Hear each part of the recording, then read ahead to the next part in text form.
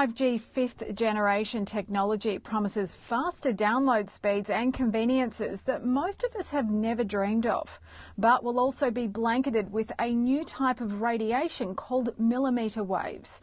Health experts are warning about the rising risks with a 5G rollout. It's not been made clear to the public that 5G won't just be another number and letter on your cell phone. It requires an entirely new infrastructure of thousands of small cellular antennas to be erected throughout cities where it's going to be installed. What would 5G infrastructure look like? Small cell antennas could be placed as close as every third hydro pole.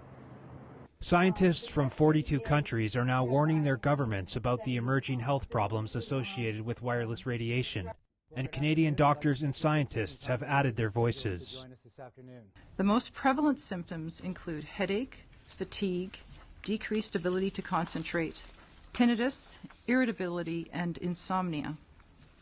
Impacts on the heart and the nervous system are also of great concern. Dr. Rena Bray has been working at the Provincial Environmental Health Clinic for 15 years and seen the number of people suffering adverse effects from electromagnetic exposure rising. We are concerned that the upcoming introduction of 5G will significantly increase the proximity and extent of exposure to microwave radiation in Ontarians. We predict that the number of people who develop the symptoms I just mentioned will rise in the places where 5G is first installed. Dr. Magda Havas is internationally recognized for her research on the biological effects of electromagnetic pollution. She said that at high intensities, these waves cause intense heat and pain because sweat glands on the surface of our skin act like mini antennas. At lower frequencies, scientists are predicting damage to eyes, loss of insect populations which are already declining, antibiotic resistance in bacteria, and physiological effects on the nervous system and on the immune system. Radiation from radio frequencies is classed in the same category of carcinogens as lead.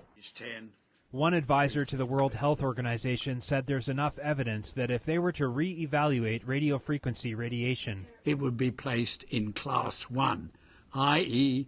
a human carcinogen, and governments could not possibly ignore that. Some say the scientific debate about the health effects of microwave radiation is over, but the question remains, can we afford to take this risk? Medical doctors are requesting delayed deployment until testing can be conducted on the long-term biological effects of 5G technology.